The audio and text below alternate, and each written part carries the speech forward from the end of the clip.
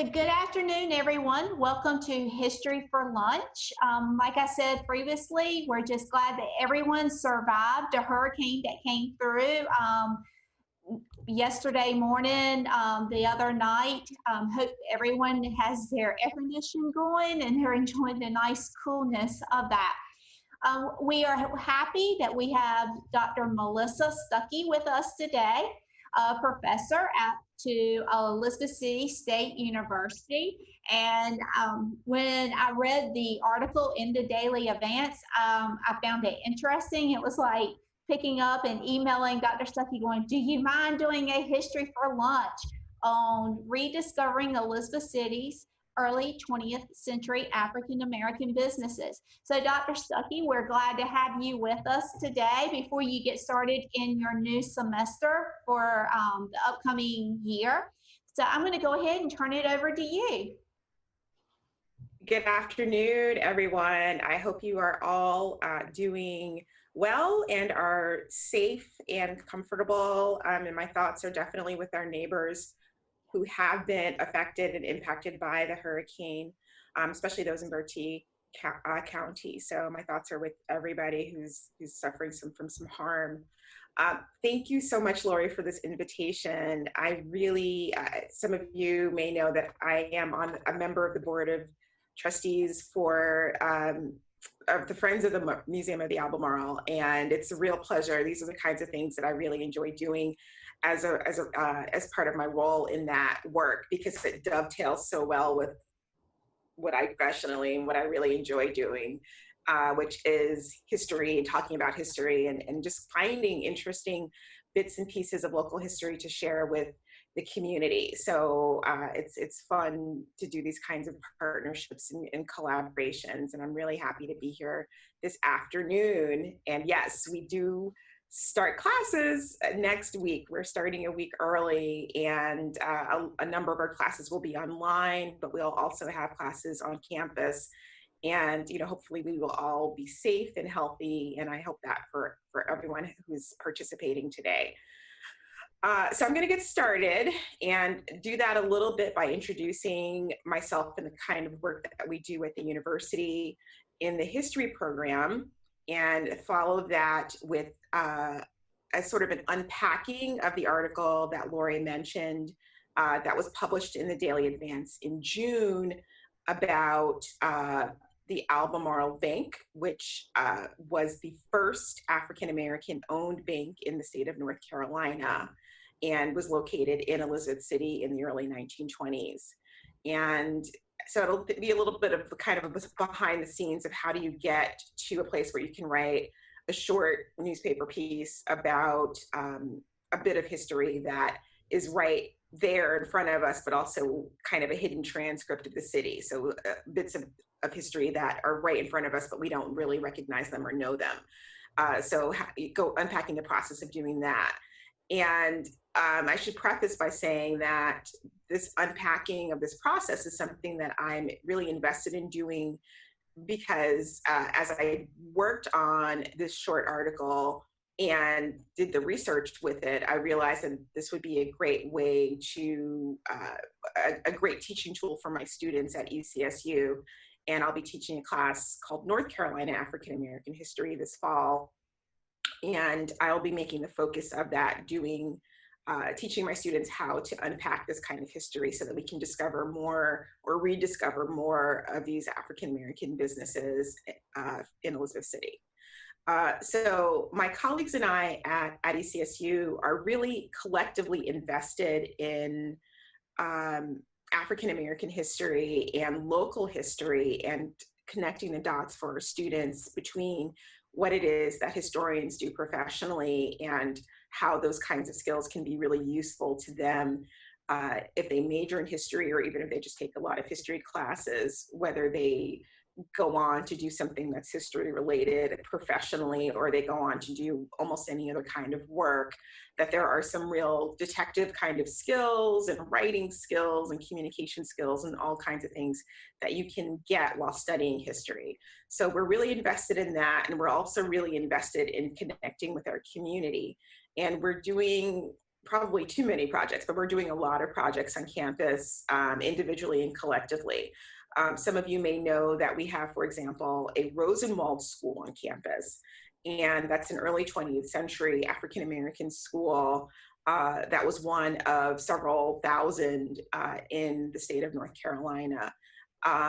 And we're hoping to create within our Rosenwald School on campus a history center for African-American history in particular, and also specifically thinking about African-American education.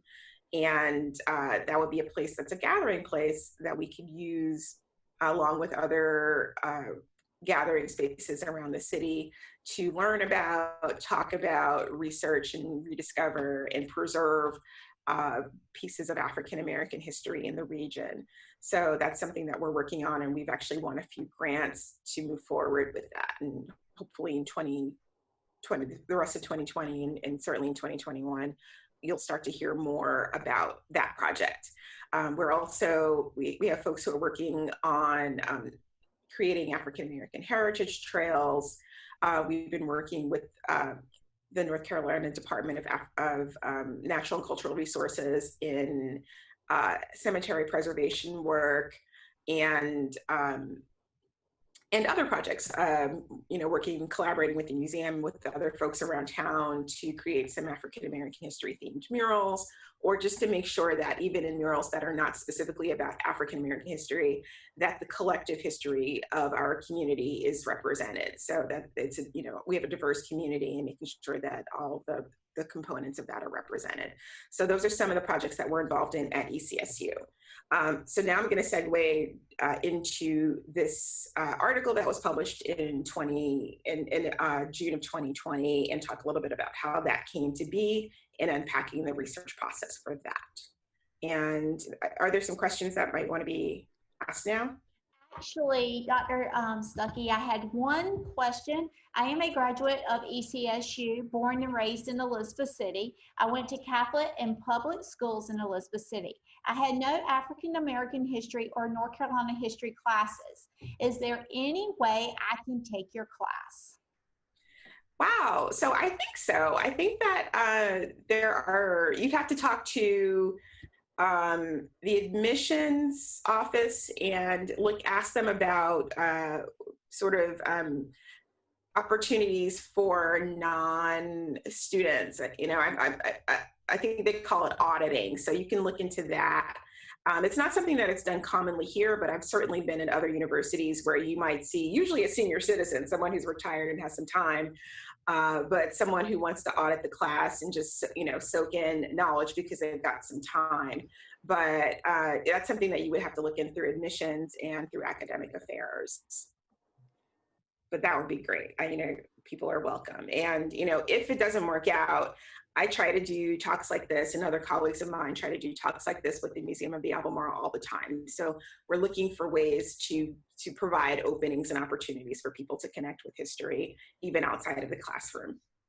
And here at the museum, we're always open to topics. So if somebody would like to see a topic that maybe Dr. Stuckey could present on, please place the question or the comment in Q&A or chat, and we will look into it. Yeah, honestly, the nice thing about being out of school is that you can pick and choose, and you don't have to worry about those grades and homework. So there may be ways that are more enjoyable than that classroom experience. Okay, so I'm going to move on. There we go. All right, so in June 2014, I wrote an article with this wonderful title about Albemarle Bank being the region's first owned African-American bank. And actually, even before that, in March, I think it was in March of 2020, or maybe May. Yeah, it was in May of 2020 where I published an article in advance, also for the Museum of the Albemarle, about the Green Book. And I think, Lori, was that your idea or was that someone else's? It was probably Wanda's, but that's a topic that we could cover in the future too. Yeah. So there aren't too many Green Book businesses for Elizabeth City that are listed, but there are certainly many in North Carolina. There were 2 in Elizabeth City. So that was the first piece that I wrote, was about the Green Book and a business called the Blue Duck Inn that was located on 404 and a half Airing House. And, so that was just a fun little piece similar to this, where I looked into some newspapers and just did a little bit of digging to discover or rediscover a business that had existed, an African-American owned business that had existed, and to contextualize why it was important. So in the case of the Blue Duck Inn, in the Green Book, though some of you may know that the Green Book was a travel guide or a travel directory for African Americans during the era of segregation, when cars had just sort of taken over from trains and other forms of travel. So, people who were visiting family members or going on vacation or whatever would need places to stay, they'd need places to eat, they'd need places to get their hair done or go to church. And in the era of segregation, moving around the South in particular could be challenging if you're not familiar with the lay of the land in terms of what places were welcoming of African-American customers, et cetera. So the Green Book was established by a New Yorker who saw a need for this. And in Elizabeth City, two businesses advertised in the Green Book, and one of them was the Blue Duck Inn, which rented out rooms, had a restaurant, had dancing, had a bar. So it was kind of, it was a tavern essentially, and you could do all kinds of different things and enjoy yourself, relieve yourself, and get some rest there. So, and also I'm sure it was very popular amongst the locals as well. So that was, but I knew that there had to be other businesses. I knew that there were other businesses, even if they weren't being advertised in the Green Book. And that's how I moved into a place where I was able to learn about the Albemarle Bank. Those of you who haven't seen the article, I'm sure that you could probably find it on the Museum of the Albemarle's Facebook page. Or check in with Lori about getting access to it. So I won't read it to you guys, but I will talk a little bit about how we get to there. All right, so again, starting with this idea that there were other businesses that were not listed in the Green Book, right? Like that's the curiosity point that any history project begins with, is that, all right, there's only one business listed in the Green Book. Maybe that means that people didn't want to pay to be in the Green Book, but there's got to be other businesses, right? So how do I find those other businesses? And I have done a lot of research before, of course. And one thing that I know is that before there were telephone books, there were these things called city directories. And these directories would list everyone in the city, just like the good old yellow pages did back in the old days. That, even that's an artifact now. But, most of you, I'm sure, remember getting a big giant yellow pages in every year in the mail. And these are going to have, personal, people, so individuals, private citizens in the white pages part, and then businesses in the yellow pages. And similarly, there were city directories before telephones, and they lasted actually well into the telephone era. They're the last city directory for Elizabeth City that I've been able to locate or access is from the 1960s. So at least we've got about a 60, 70, 80 year history from the 1800s all the way through the 1960s of city directories, being in existence. One thing that we need to know, and it's a interesting, again, artifact of living in a nation that had segregation, is that people were identified by race in all sorts of ways. Certainly in census. So if any of you have ever looked in census schedules for your family members, you'll know that they are identified by race. They were also identified by race in city directories. But it was done, city directories are about economy of space. Everything's really tight. You can even see just from this, this picture that I've shown you, how small the words are. They're trying to cram as much information as they can into every page. So that the way that African-American people were identified in city directories was usually with a code, an abbreviation, right? So we've got this page that shows a list of different abbreviations for that you're going to see in the directory. And one of them is for how to identify who is Black and who is white, essentially, in a community like ours that is mostly at that point, it was mostly denoted as Black or white. So in this case, the city directory uses the asterisk or the star, and that will be in front of a name or business. And as soon as you see that, you should be able to note that that person is African American, or in the parlance of that time, colored, right? So the person or the business. There are city directories that are published by other publishers and for other places, where they might use in parentheses the letter C. And I've also seen city directories where people's were literally segregated. So they had Black pages, or pages with Black people in them, pages with white people in them. And then I've also seen different kinds of highlighting. So different publishers use different methods to identify people. Sometimes when I talk about these things, I have to kind of take a step back, right? I'm used to these kinds of markers and signs as a researcher and as a historian, right? They help me to do my job. But I'm also, when I take a step back, I also really think about, how profound it is in our society that there was a time where in something as generic as a city directory, people would be identified and marked as different, right? Because of their race. And that's something that really is, it's a sad artifact of our history, but it's also an important one to really think about. It's useful, right? When you're thinking about genealogy, it's useful when you're thinking about studying history, but it's also just important symbolically because it meant something really important. And I think we can even start to see that in the little inset that I put at the top of the slide, where it explains that the purpose of the star is to denote, quote, a colored person or firm, but we assume no responsibility for its wrong use. Errors often creep in. So it meant something, and not necessarily something positive, in terms of your social standing in our society, to have that star, right? That star said you're different, you're Black, you're, a lesser citizen, frankly.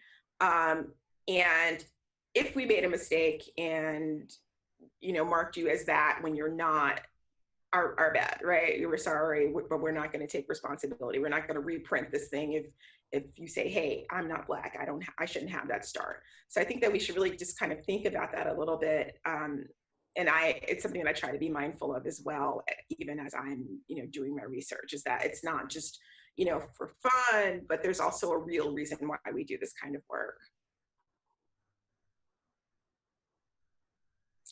Okay, so knowing that the city directory would show me what other African-American businesses there were in Elizabeth City, I went to the city directory and I accessed this at a website called Digital NC, which all of us should be able to use. It's a partnership by a bunch of different organizations in North Carolina, and they digitize old documents like newspapers, these city directories, school yearbooks, and other kinds of materials. So it's a great partnership that's allowed us access to a lot of things.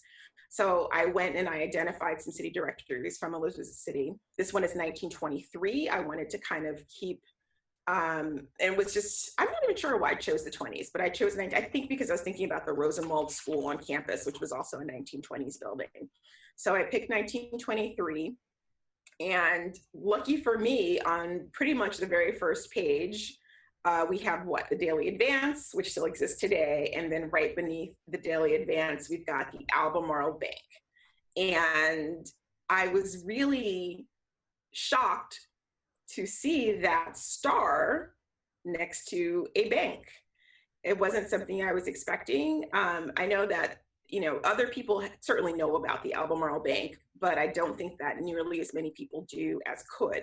And I would put myself in that second category, right? I did not know about the Albemarle Bank. I didn't know there was an African-American bank in Elizabeth City.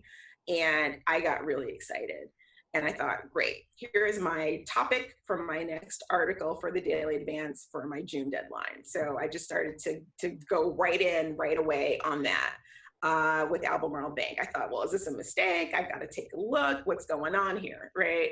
So the next thing I'm going to do as a researcher, if I'm trying to just sort of learn a little bit more about what the Albemarle Bank is, when did it exist, is it really African American, all of these kinds of things, is I'm gonna, first of all, write down the address, which is not the address today, it's a different street number. Write down the names of the people who are involved in it, write down the name, right? And with that information, I like to go to one of my favorite kinds of sources, which are newspapers. So old newspapers, as I mentioned, you can get access to those at Digital NC has North Carolina newspapers. In addition to that, Chronicling America is a website that is produced by the Library of Congress in Washington, D.C., publicly accessible, so free for anyone to use. There are newspapers that are digitized and were text searchable from all over the country, from the 1700s all the way through, I think, go through like the 1940s or so. So all of those are accessible. And of course, there are subscription services. So I imagine that some of you are into doing family history and genealogy, and or for other reasons are knowledgeable about subscription services like newspapers.com. So those are all different ways to get access, and they all have, slightly different sources available in their archives. So I went immediately to a newspaper. In this case, I think I got this one from newspapers.com, but it was also available at the Chronicling America site. I found that out later. And from the Elizabeth City Independent, I was able to see several articles that talked about the establishment of this bank, including this one, which was from almost 100 years ago, right? It'll be 100 years in 9 days.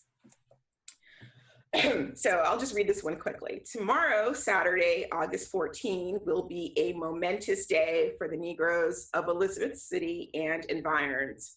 For that date marks the opening of the Albemarle Bank, a financial institution organized by Negroes, capitalized by Negroes, and to be operated exclusively by Negroes. The new bank will occupy the quarters long occupied by the Citizens Bank before its merger with the First National. It is one of the handsomest buildings in the city, and its acquisition by the Negroes has given them a footing in the very business district of Elizabeth City. The new bank will play an important part in the social and industrial life of northeastern North Carolina because it will devote its energies to inculcating thrift among the colored people of all these northeastern North Carolina counties and will organize the Negro wealth of this section for the first time. The Albemarle Bank is capitalized at $25,000, will be under state supervision, and its officers and directors represent the most intelligent, most conservative, and most reliable citizens in this city and section. The experiment will be watched with interest.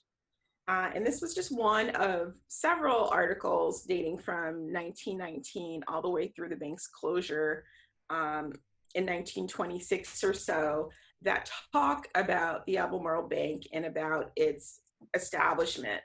A couple of superlatives that I want to point out. One is that several folks associated with ECSU were on the board and officers in the bank. And notably to me, on the board of directors was a woman from Ahoskie. And she was the first woman of any race to be on the board of directors of a bank. So that was something that to me was a real standout and something that was pretty exciting. I don't know that little line made, yeah, it did. So her name was Mary Sills. Mrs. Mary E. Sills of Ahoskie was the first woman of any race to be on the board of directors of a bank. And that was the Albemarle Bank. It's really exciting actually to think that we're actually about to celebrate the 100th anniversary of this particular bank. So those are the kinds of things when you see them early on, when you're scratching at the surface of research, you go, wow, this is this is timely. This is really great in terms of an opportunity to write about this and to share this kind of information with the public, and to also to contextualize it. So knowing it is one thing, but understanding why it's important is important as well. And that's the work that we do as historians, is to think, well, why is this important? It's an interesting fact, sure, and it's something that we don't know and maybe we should know more about, yes, but it's also important because of why folks did this, right? So we've talked a little bit about segregation, opportunities to go in and get a loan, opportunities to save money in a bank and, you know, feel comfortable in that space, opportunities to develop capital for other businesses, for purchasing homes, for investment purposes. All of those things are really important. And an African American owned bank increases the opportunities that African Americans would have had at that time to be able to do those kinds of things. And you know, even today, and I'm not someone who really works on the present, but I know that even today, opportunities for banking and for loans and for real estate, et cetera, those are things that have long histories of what we would call red lines, where African Americans were not allowed to purchase in certain neighborhoods and steered in different directions and had difficulty getting loans. So all of those kinds of things are really symbolized in the structure of this bank. So again, I knew that this was something that I wanted to talk about a little bit and to just kind of open the door to more conversation and more knowledge about the Albemarle Bank.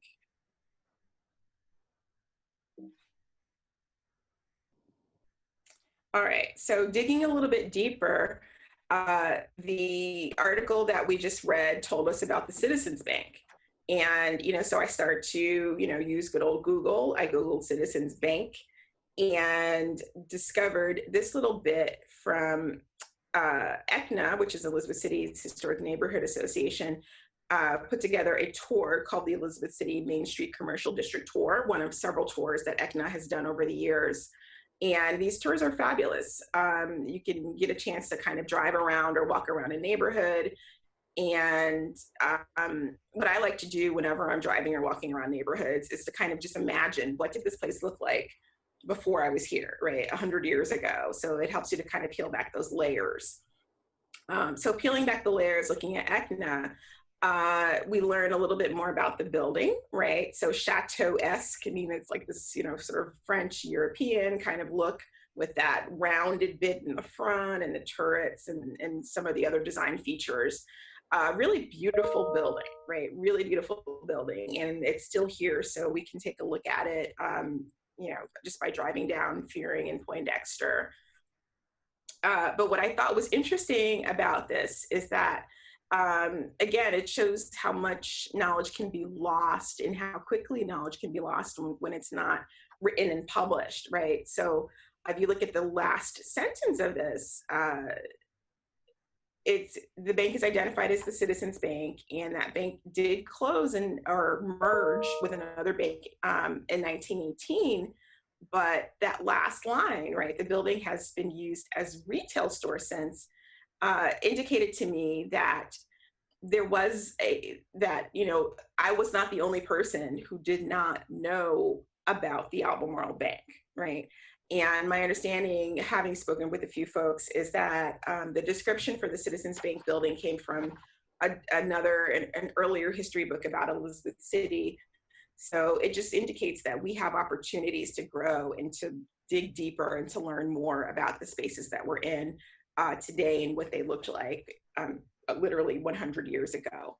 So we've got this wonderful picture of the Albemarle Bank, and I've got an address now, right? And it's actually a different address than was in that city directory. So now I know where to find it today. What are the street numbers? How do I get there, et cetera? And so I took a trip one Sunday afternoon as the sun was setting to visit the Albemarle Bank Building. And it's this really wonderful full circle for me to have stood in front of this building. Obviously, many of you have seen it, driven by it, perhaps in previous years when it was a cupcake shop. You've sat in a window and had a cupcake, or you've purchased store clothing from it when it was a clothing store, right? Like this is a building that has been used, and I'm so glad it's still here. So much of our urban landscape changes over time, and I'll talk a little bit about that towards the end of my conversation. But I was really, it's great that this building is still here. It's beautifully maintained, and currently houses another minority-owned business, which I think is also kind of a neat full circle from thinking about the Albemarle Bank back in 1920. So digging into some of these newspapers, I learned a little bit more about the Albemarle Bank, right? So it had a lot of community-oriented features. It had a Christmas club, as you can see the examples of the Christmas club being advertised in the newspaper, and also a booklet from that Christmas club that has been preserved at the Museum of the Albemarle, which is really cool. And it had sort of themed months where like Kids Month, Kids Savings Month, and Ladies Savings Month, and Organization Savings Month. It held gala events annually to celebrate its anniversary and to just to recognize folks in the community. So it really was a community-based bank. When it opened in 1920, there was a huge celebration at a church in town, and there were speakers, there were bands, and folks went in all day, basically, well into the night, setting up accounts. So it was a community-supported bank, and and a really important feature of our community. And you can see, that I think the ECNA tour refers to that little turret at the top as a witch's hat. And you can see that that is no longer on the bank, but that's pretty much one of the few changes that's been made, is that that roof line has been tailored down a little bit. Okay, Lori, do we have any questions, or should I keep going? Yes, so we have one well, actually, I've got a couple through chat, and I have a question through Q&A too. But who Okay. are the authors of the city directory, and how could Black people trust the accuracy of the information? Those were dangerous times also. Okay, so city directories were published. I didn't copy the publishing information, so that's something that I can look into, which will be pretty easy after the presentation, and share that when we do Q&A. So let's see, publisher, and I can even show what one looks like. Publisher, okay. City directory. And that's a great question. How do city directories get their information? And honestly, I don't know the question. I have the answer to that. I haven't looked up that. I don't know if they're using a combination of census records, or if they're doing door-to-door surveys the way the census did. But it actually, I'm glad that the question is being raised, because if you haven't filled out your census, I really want to encourage you to do that for lots of important reasons related to the census. But there were similar concerns, I think, that you could ask about census takers in the early 1900s as you might ask about city directory folk. And, so people were very sometimes cautious. But I also think that, there's an efficacy, there's a utility in being identified and counted. And people can certainly use these kinds of tools, especially city directory, for purposes that are not nice. I can understand that idea, but I don't think that was really the what they were being used for, although certainly people could. So I guess what I'm saying is that it's self-reported, right? If you're not going to open your door and you're not going to interact with the person, then you might get missed in the city directory, and people certainly did get missed in the city directory, and certainly did get missed in the census. So you work with what you got. from this perspective, and I think that you also work with what you've got from that perspective back then. Like you can opt out, you can opt out of the yellow pages today still too, if you don't want to be listed. So I'm sure that that was an opportunity. Okay. So the next question are, how long was the Albemarle Bank in business? So it was a really short-lived business, unfortunately. From 1920 to I think 1926 is when, or end of 25 is when it officially closed. So only 5 or 6 years. Frankly, there were some financial irregularities that led to its closure, which was unfortunately really, really, really, really, really common amongst banks of all shapes and sizes during this period. It's part of the reason why during the Great Depression, the federal government introduces FDIC, which is Federal Depositors Insurance, so that even if people are funding with your money, you're still protected as a depositor when a bank closes. In this case, most of the depositors did get their money back, so most people didn't lose out because of the money problems, but there were some, and that led to this bank's closure. And there's actually, I just read an interesting piece about that, an editorial in a Black newspaper called the Norfolk Journal and Guide. I just read last night that kind of talked about some of the challenges and interesting things that we have when we're dealing with sensitive history and history that takes place in a highly racially charged environment. And it reminded its readers of how common it was for banks to fail and how common it was for, banks, regardless of who they were owned, to fail for a variety of reasons. So that we shouldn't look at the closure, the demise of the Albemarle Bank as something that says anything greater about African American people than it would say about any other group of people. People are individuals, and sometimes they don't always make the right choices. So, to me, it's sad because it was, literally the first. There ultimately ended up being about 10 African American owned banks in North Carolina. And I think we should take a lot of pride in our region that the first one was here. And I would have loved to have imagined that it could have lasted longer than it did, but it did have an important impact, and it's an important story for us to know that we had this here. What might it say about our region, and what could we imagine could have happened in terms of wealth accumulation, et cetera, had it lasted a little bit longer. Okay, this is a comment. My mom was a member of the Christmas Club. I remember seeing her book. I think that's that to me that's really neat.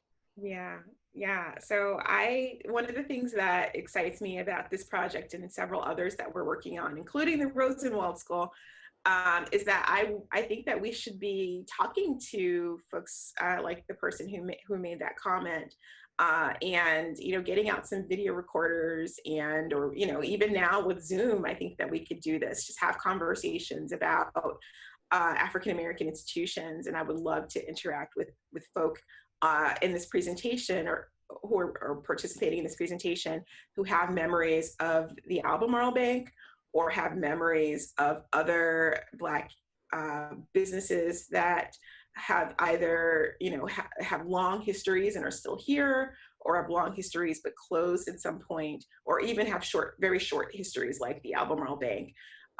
For us to talk about these things and get them on the record in terms of oral history and memory, to maybe look in our photo albums and in our mom and dad's papers, and see what kinds of bits and pieces of memorabilia that we have that we can start to collect and make those accessible to tell larger stories about these, right? Like I wrote a little 400-word piece in the newspaper, and I know that one of my colleagues, Dr. Bowman, is working on something a little bit more in depth about the Albemarle Bank.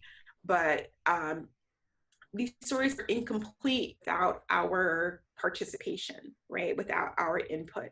And there are certain things like this Christmas Club savings book and other things that, I'm sure some of you have in your possession that really have an importance and help us to tell these stories more fully. So I really encourage you, reach out to me, reach out to Lori, and let's let's chat about all of these things. And again, I'm going to plug that Rosenwald School. There were so many in our region that I really would love to start to do an oral history project where we talk about memories of going to those little 2-room and 3-room schoolhouses and the teachers, and whether you have family members who taught in the schools, whether you attended one yourself.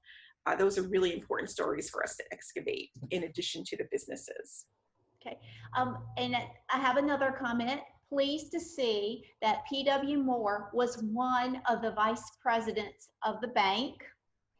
And do you want to comment on that or before I read the next one? No, I agree. I love that ECSU as an institution is integrated, into the African American community of Elizabeth City. I love it. Okay, and then I have one comment. Please repeat the Albemarle Bank board member's name from Mahoski. Yes, her name is Mary, M-A-R-Y-E Sills, S-I-L-L-S. And she was a married lady. I found her in the census because I really thought it was important to note that she was married, because often with African American women in newspapers like The Independent or others, that's not an honorific that they would be given. So the Independent did just say Mary E. Sills, but I thought it was important to find out whether or not she was married, because she would have certainly wanted to be known as Mrs. Sills or Mrs. Mary E. Sills, and that is indeed true. So in Ahoskie. Yes. Okay. I have two more. Good afternoon from Rocky Mount, North Carolina, ECSU, class of 75. Oh, it's so great. Then I also have Moore's Taxi Service is another previously Black-owned business in Elizabeth City that should be explored. Writing it down. All right. I bet, so I would love feedback on that. Is it the case that Moore's is no longer African American, or is Moore's not the taxi service that I see all the time? So is it still in business, I guess is what I'm asking, and who owns it now? Because I'm sure that could get, because it's a taxi service, I'm sure there are folks alive who can talk about that business, and that would be great. That would be a really great addition to this project. The museum has been asked if we have any history of the Black-owned businesses on South McMorran Street. That would be a question for our curator, Wanda Stiles, here at the museum. I do not know of any, but that does not mean that it's not somewhere in our collections, because actually being an employee here at the museum, I found Dr. Stuckey's article very interesting, because I had been into the bank as the style center when it was the clothing store, and then of course as the cupcakery. So no, this was very interesting information to me, because living here in Pasco County, I just knew it as the style center growing up. So that would be a question for Wanda Stiles, and actually I will write that down and we will get that question. I will ask her, but Dr. Stuckey may have some more to add to that question too. Yeah, I do. So you will see a little bit about McMorran towards the end of this presentation, so stay tuned.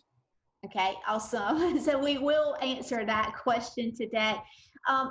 So we're starting to get questions in. Do you want to continue with the questions, Dr. Stuckey? That's fine. I'm going to be transitioning to a different part, so this is a good place to do more questions if you have some.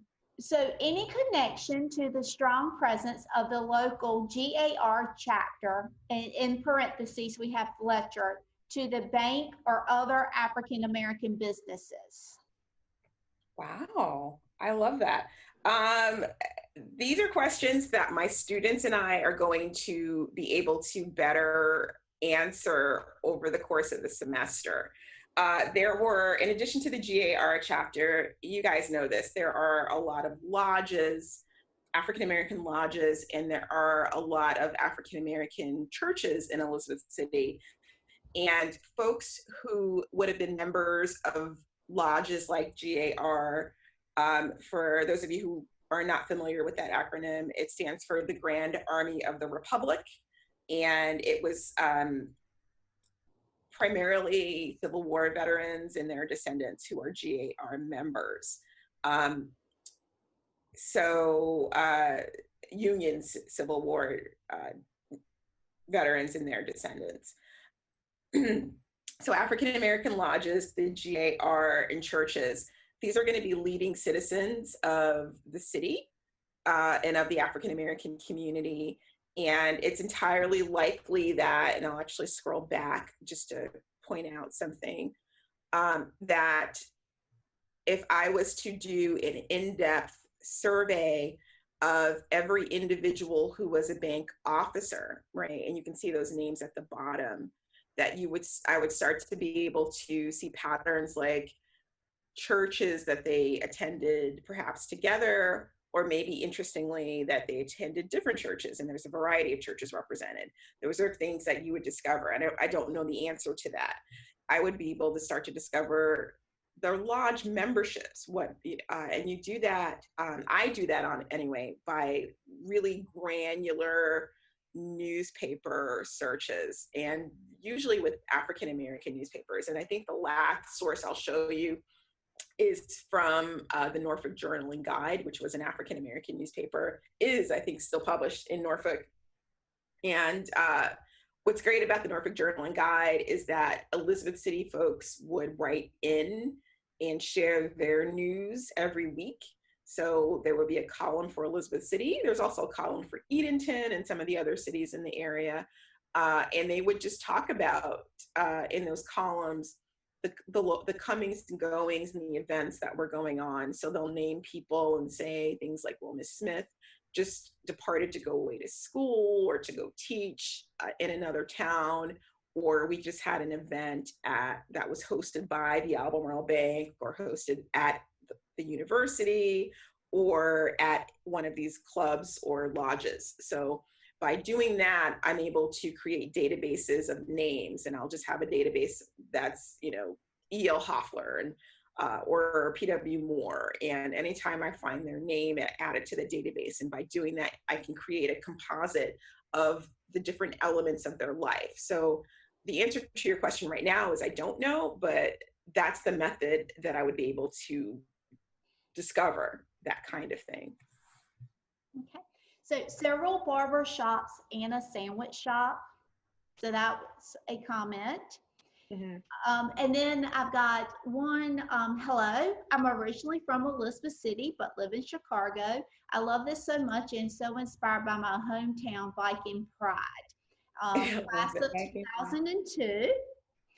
And then have you looked into the connection of the brick school at the Franklinton Center to ECSU? There are Rosenwald buildings there, and it was at one point a junior college. So what's the name of the school? Franklinton, Franklinton. Mm-hmm. But what was the name of the school at the Franklinton Center? ECSU. There's a question mark there. Have you looked into the connection of the brick school? Bricks. Oh, the brick school. Yes, I'm sorry. I think I've heard of this school.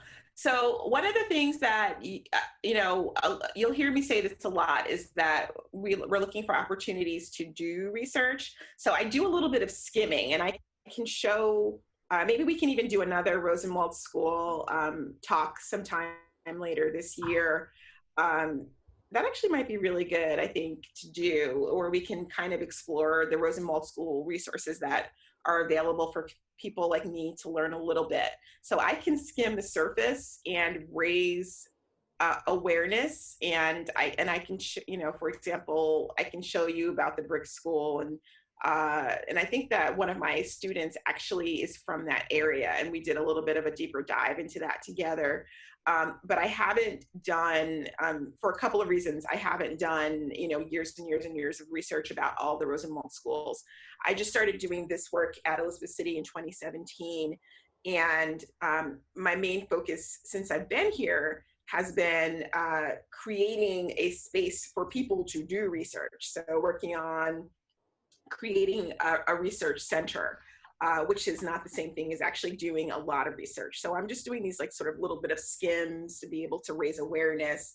But I'm hopeful that other people, my students, myself in the future, but other scholars will also be able to take the time to do much deeper dives and to learn all the ins and outs of these places, right? And there's so many. So the Brick School, I think there were 3 Rosenwald schools in Elizabeth City proper.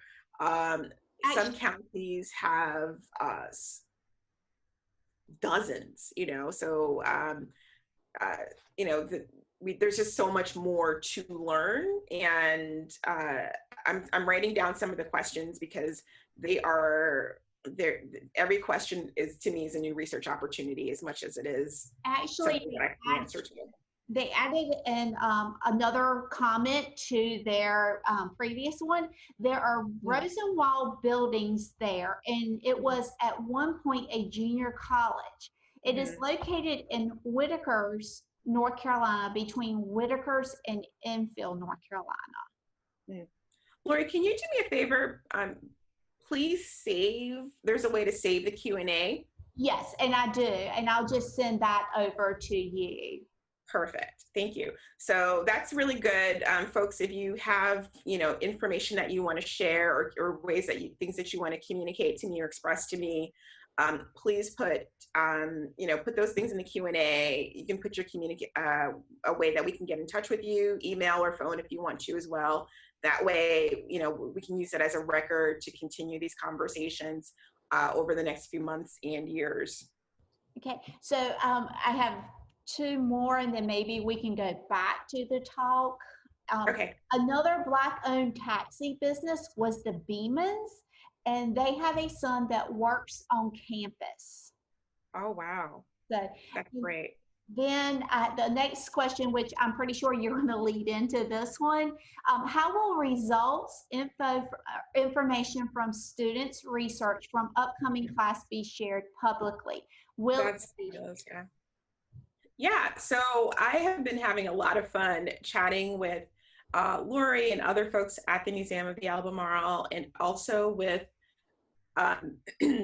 Angela Thorpe, who is the director of the African American Heritage Commission, the North Carolina African American Heritage Commission in Raleigh, and also with the director, Corinna Ferguson, the director of the Elizabeth City Tourism Office. And we've been discussing different ways that we can do exactly what this question is asking, sharing some of the research findings of the students. And you'll also see in a slide that I have upcoming about some of the things that I'm thinking about in terms of challenges with growing this research over more than a semester. There are certain things that are short projects, there are certain things that are longer projects, right?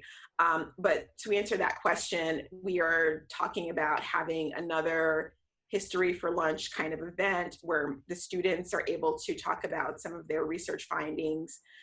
So maybe more of a panel or a group discussion that's led by that I moderate, but the students are presenting their work. So that's one way.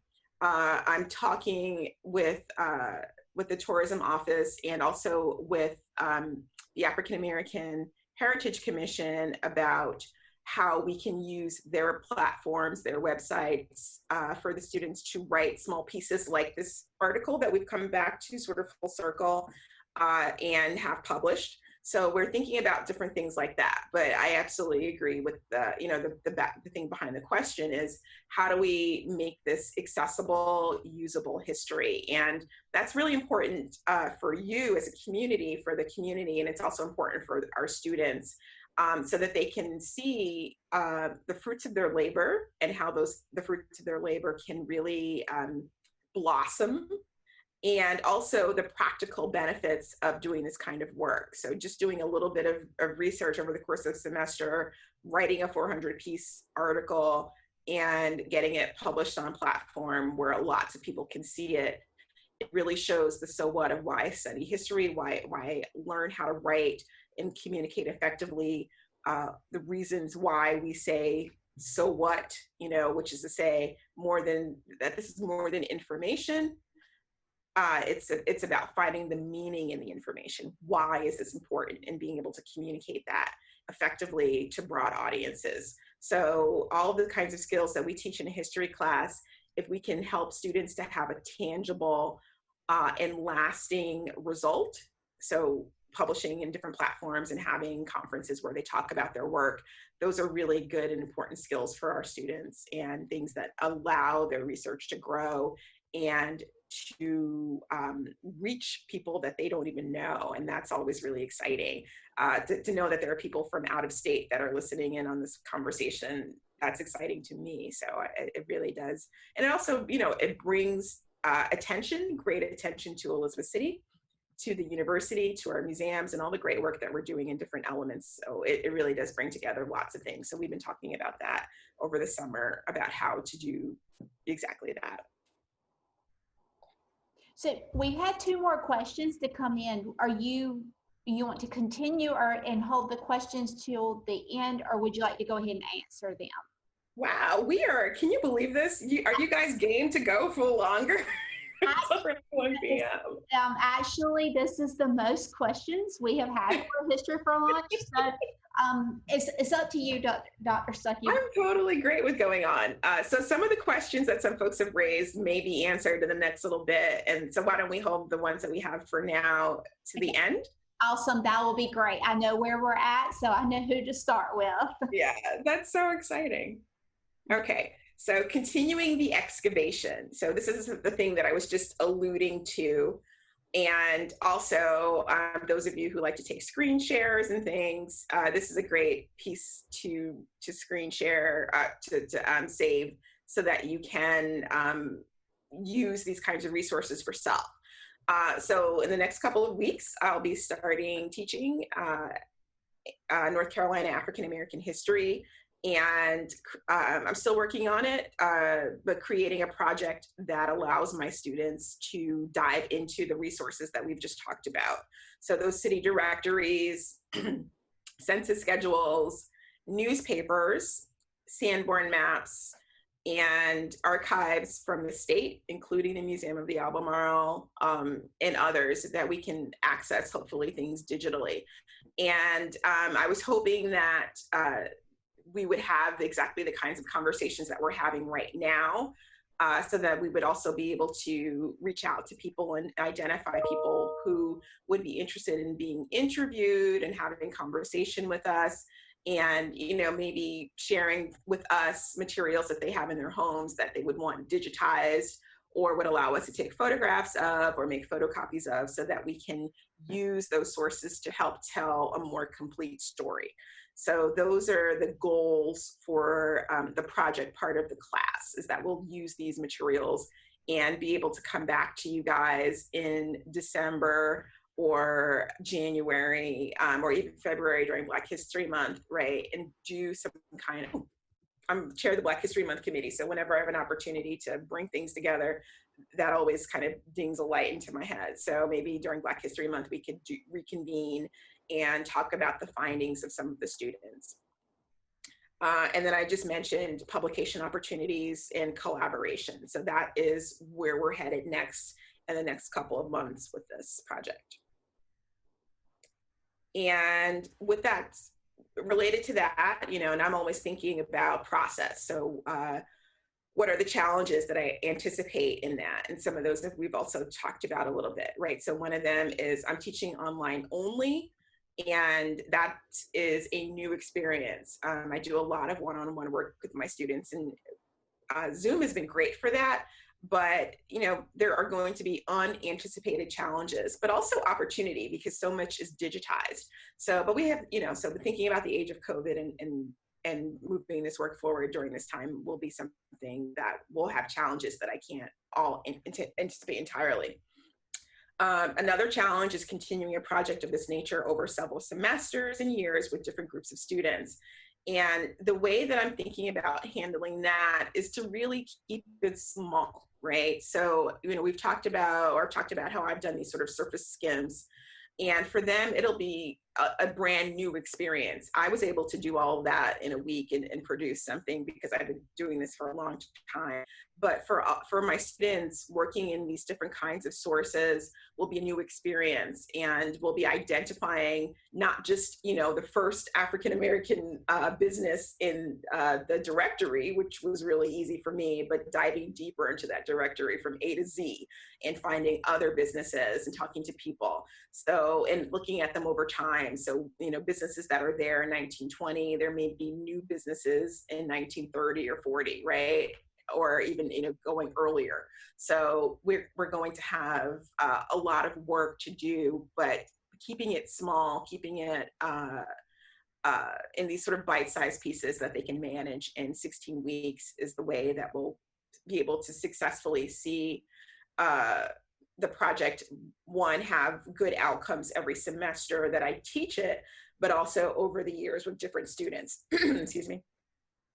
And some of the challenges are ones that, some of you who have done research, a little bit of research,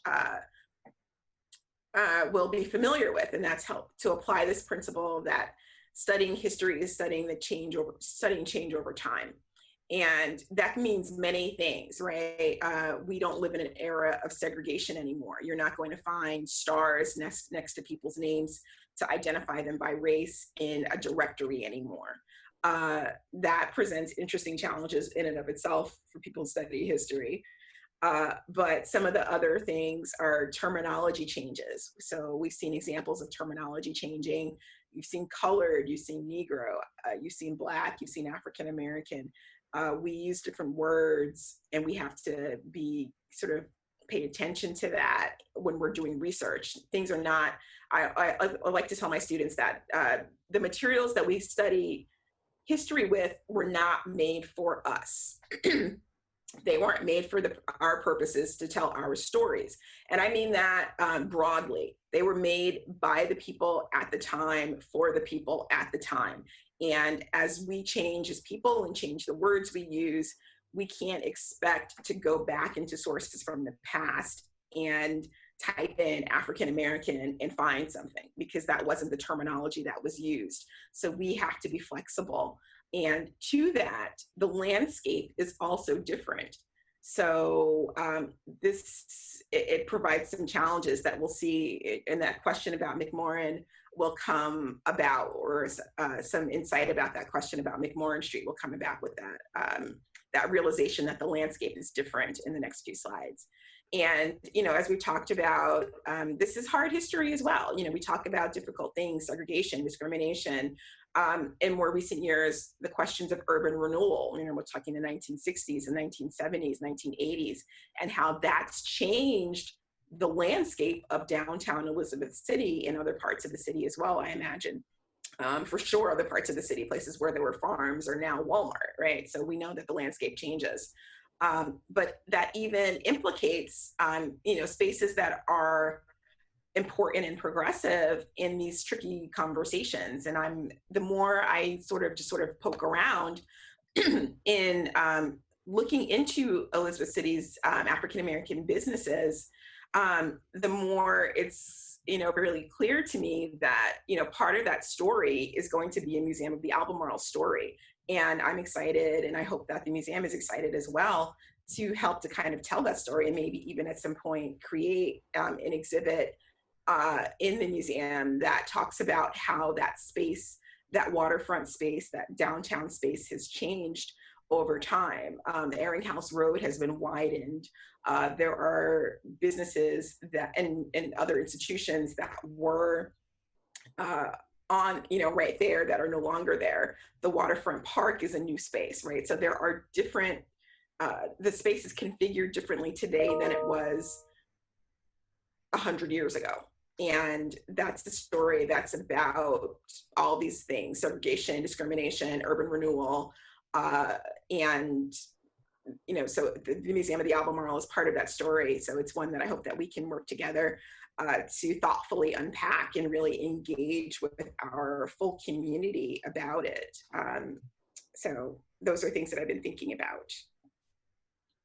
All right, so history is not made, these materials are not made for us.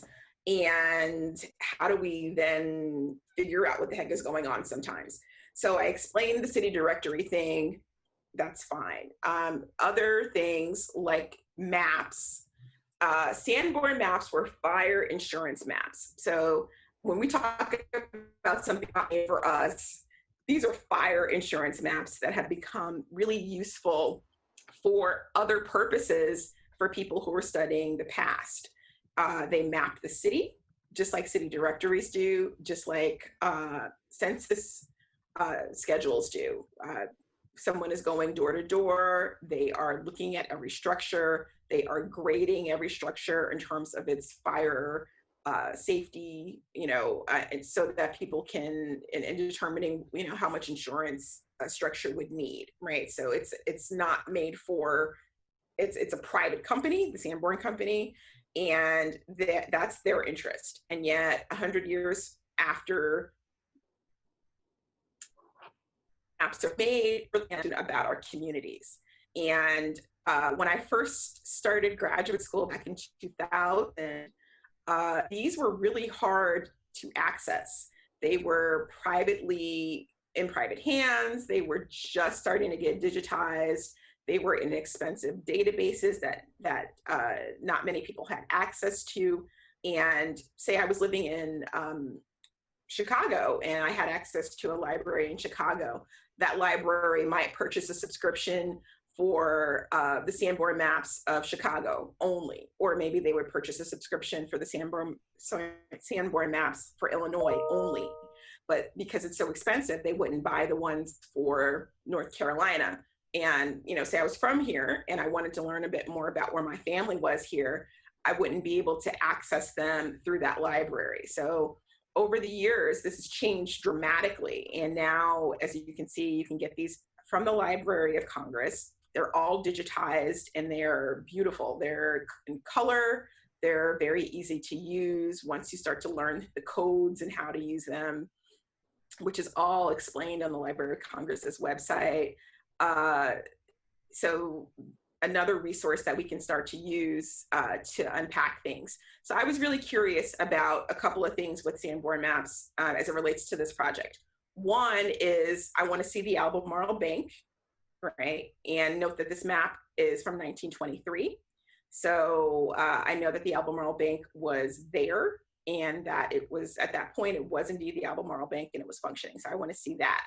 And I also wanted to see what other African-American businesses I could identify in the Sanborn map in a particular area.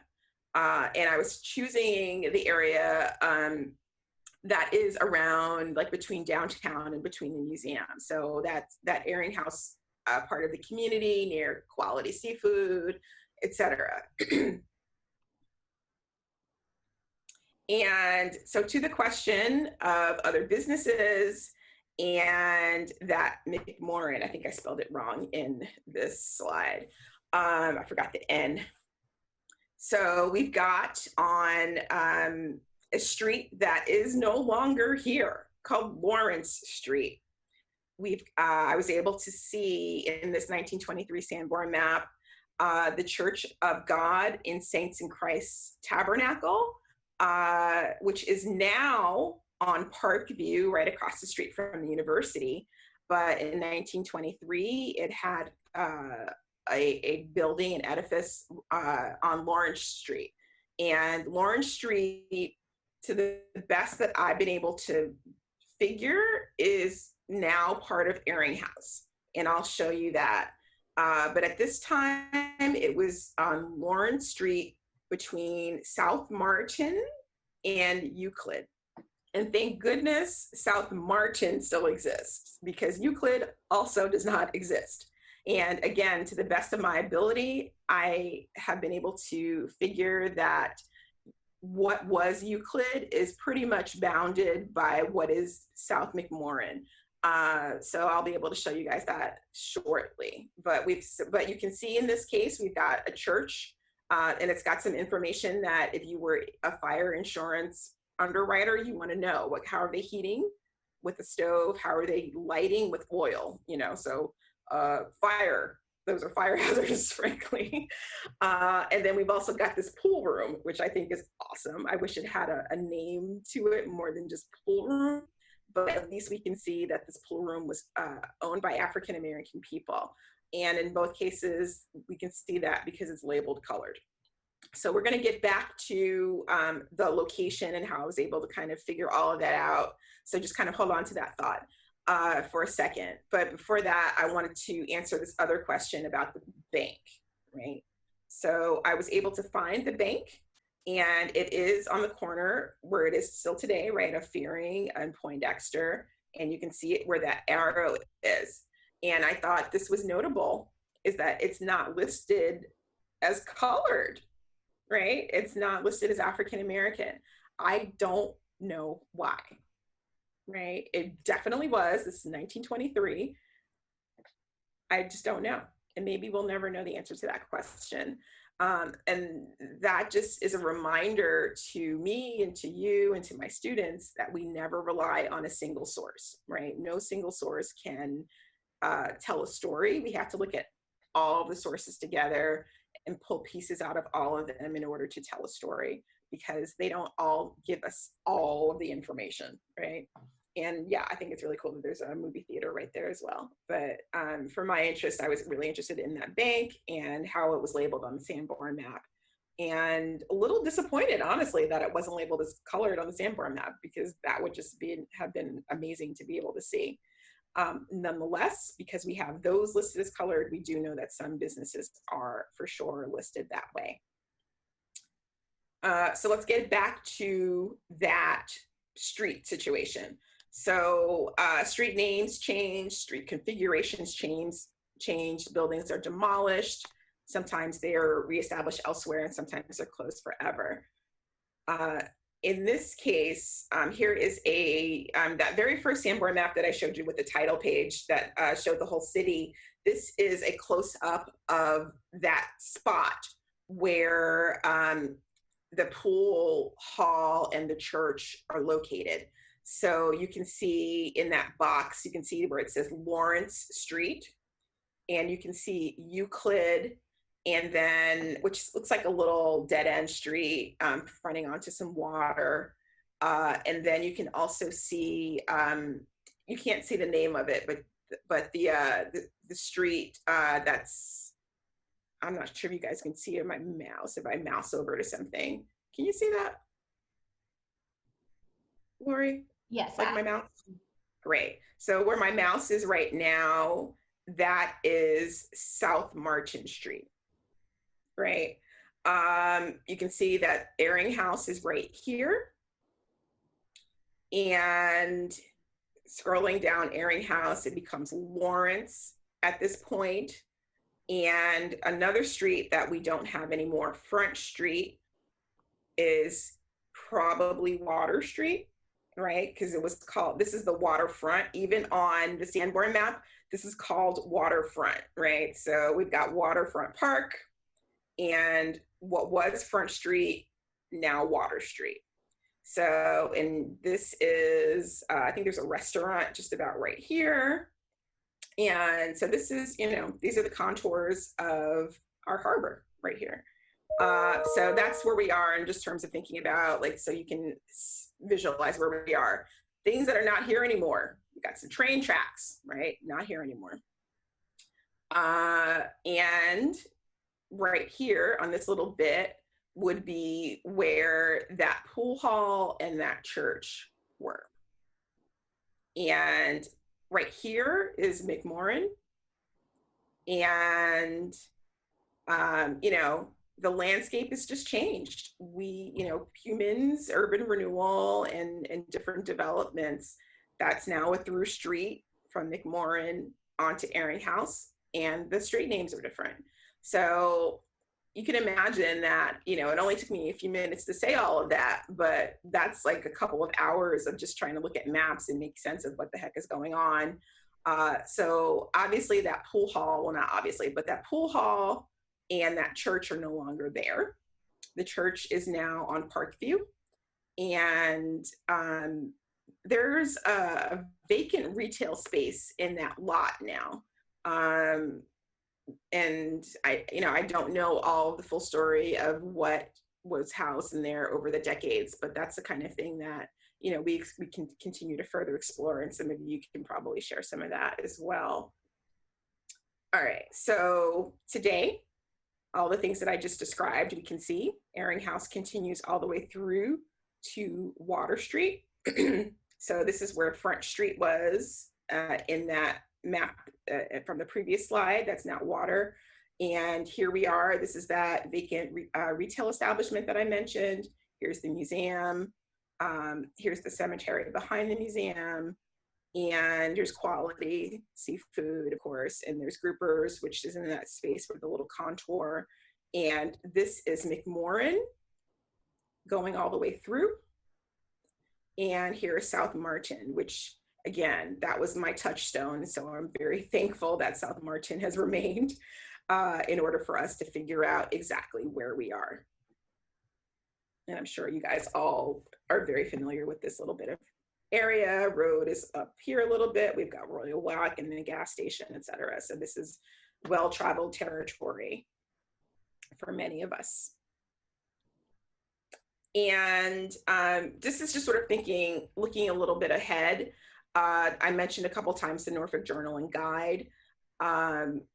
We at the university just had a trial subscription to a set of African-American newspapers that included the Norfolk Journal and Guide for about a month. And I was able to pull this out of it when I looked at it yesterday. I am going to have to advocate somehow for us to continue to have access to that set of papers because I don't think that they are available in any other way. And again, this is a really important resource for us to use to develop a list of businesses in Elizabeth City that were owned by African Americans, especially because some of these may not have offices. They may be home offices. So in those city directories, they may not be listed as having an address because the people who owned them were working out of home. And honestly, the more I look at these two businesses that were advertised in the Norfolk Journal and Guide, and I think this is from 1970, no, this is from 1922, I think. The more I'm looking at these, actually these are from 17, I think. So the more I'm looking at these, I'm seeing people who were involved in the bank creation. So they were people who were involved in real estate. So it makes sense that they would have been involved in a few years in the bank creation. We've got Holland, we've got Graves, who was also president of the Roanoke Institute in Elizabeth City, an African-American school. C.L. Long, who I think was an attorney, and then we've got Holland, who was definitely affiliated with the bank. But these are the kinds of businesses that they would advertise in African-American newspapers. They were not advertising in the Independent or the Daily Advance. That wasn't their target audience. So we need those kinds of sources in addition to the Daily Advance and the Independent and city directories and Sanborn maps. We need all of those little bits and pieces in order to pull together these kinds of stories. And then I mentioned the Green Book Project. So this is the last slide, just to show you that the Blue Duck Inn and Grill was advertised in the Green Book Project, and it was somewhere near the Tabernacle Church and the pool hall. I don't think it is the same building as the pool hall, simply because we noted the Lawrence Street thing, and I don't know yet when Lawrence Street became Airing House all the way down. This is from the 1930s, I think, this particular I think it's from yeah, it says 1930. No, it's from 1940. So this is from the 1940 Green Book. So it's possible that by then Airing House went all the way down to Water Street or Front Street back then. So those are questions that I have. And if that's the case, then maybe the Blue Duck Inn is that pool hall, maybe not. Those are, so those are kind of questions that we discover with further research. All right, well, that is my last slide. I want to thank you guys. We are at an hour and a half, which is absolutely amazing, but I'm happy to answer as many questions as we can get in before we take the break. Okay, so I do. Actually, it doesn't seem like an hour and a half because the information has been so interesting, and with the conversations we have had through the chat and the Q&A. But are there any writings or articles on the importance of Mount Lebanon AME Zion Church in Elizabeth City's history? I don't know if there are, but I'm nodding and smiling because that is a really important institution.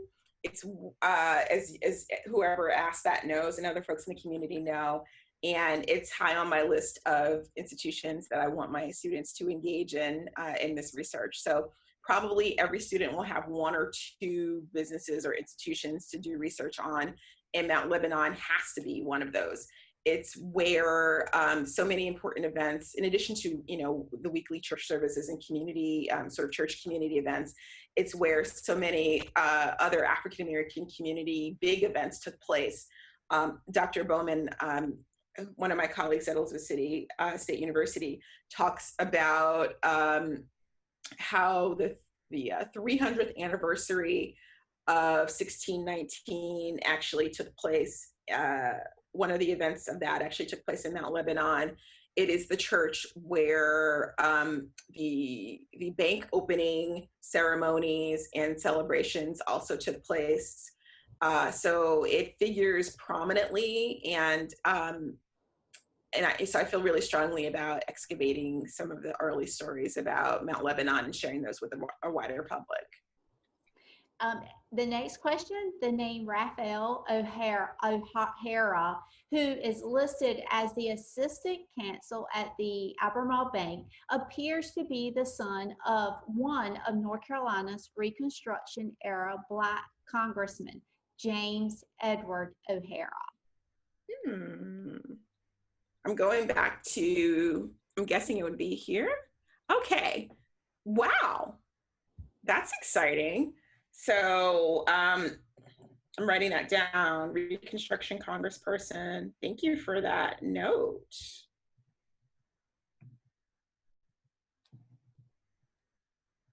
And I don't know why I'm taking notes, because I know that these are in the Q&A that Lori's saving for me, but that's really cool. Thank you so much for that comment. Okay, and so on St. Martin Street was the Catholic school, rectorial, and convent. The church was on the corner. The school was fully integrated. Wow, that's wonderful. So that's a story to tell as well. I think stories about integration in Elizabeth City, especially if we're talking like, I assume 1960s, 70s, would be great stories. And if it's earlier, then it's really even more interesting. Yes, and then the name of the pool hall is Horace Davis. Yes, thank you. This is really fantastic. That I have contact information for you. Wonderful. And then I think C.F. Graves is a connection to the GAR Post. Okay, great. Is that someone who is in Elizabeth City now that we can reach out to? Actually, I have email addresses, so I will, the ones that I'll make sure that you get a copy of the email addresses. Okay. And actually, we've had a few to ask for your email address to the campus. So yeah, that's totally fine. That information out to but that's looks like all the questions that I have for today. Graves is listed on bank officers and was a later slide. That Wonderful. comment just popped up. But that looks like all that we have question-wise today. Man, Dr. Stuckey, what can I say? This has been very, very successful today. We would like to thank all of the visitors that joined us today for the comments you made, for the questions you've had. What I will have to say on my end is probably the most active virtual program we have had thus far. So I'm excited about how everything turned out today. Likewise, this has been really fun. I wish I could see all of your faces, but I am so appreciative of the feedback in the comments, and I'm really looking forward to getting that transcript and continuing this conversation. So, Ms. Lori, please feel free to put in the comments my email address so that folks can see that before we take off. And do you know it by heart? Yeah, I've already placed. Okay. I went on my cell phone and Yeah. pulled up your email address, and I have sent that out. So that was placed. So if anybody has questions, Dr. Stuckey's email is in the chat session. So if you would like to go ahead and pull that up, that would be great. I'm also going to place my email address in the chat session also. Therefore, that if you cannot reach Dr. Stuckey, you can just email me here at the museum, and I will make sure that Dr. Stuckey gets any comments or questions that you may have. Are there any more questions or comments? We had a lot of comments today on how everyone just enjoyed your presentation. So most definitely you will be back very soon, hopefully, if everything fits into your schedule, because I know you've got a lot of research going on, and plus getting back students back into the groove of virtual programming. Yeah. I would like to make one comment to everyone. So our next History for Lunch for the month of August will be Wednesday, August the 19th at 12. It's already on all of our social media. And our guest speaker that day will be a book, The Lost Colony and Hatteras Island. And Mr. Dawson, he is our presenter that day. He is actually from Dare County. And from my understanding, at one point, he was a history teacher here in Pasquotank County. So we're looking forward to Mr. Dawson's talk on Wednesday, August the 19th. And you can sign up through Zoom for that, and all the information is located on our social media sites. Again, Dr. Stuckey, thank you so very much for all that you have, all the information you have provided, and hopefully we can have your students create a panel and let you run the panel and have everybody back here maybe late October, early November, since you all will release much earlier this year for your break. Yeah, or early 2021. Yeah, we can. Well, if we're going to do it virtually, no matter where the students are, hopefully they could log in and present for us. Yeah, yeah. Well, thank you so much. This has been so much fun. And I'm really, really excited. Thank you guys so much for sharing in the comments, for your questions, and for your information. Just hearing things like the name of the pool hall, like these things really, really make my day. So thank you so much. And I really look forward to continuing our conversations over the next few months. Thank you to everyone, and we just remember the 3 W's. Hopefully we might hear something this Friday as to when we will be able to welcome visitors back, but just remember the 3 W's: wear, wash, and wait, and hopefully we'll get you everyone back in here soon. And have a great day. Thank you.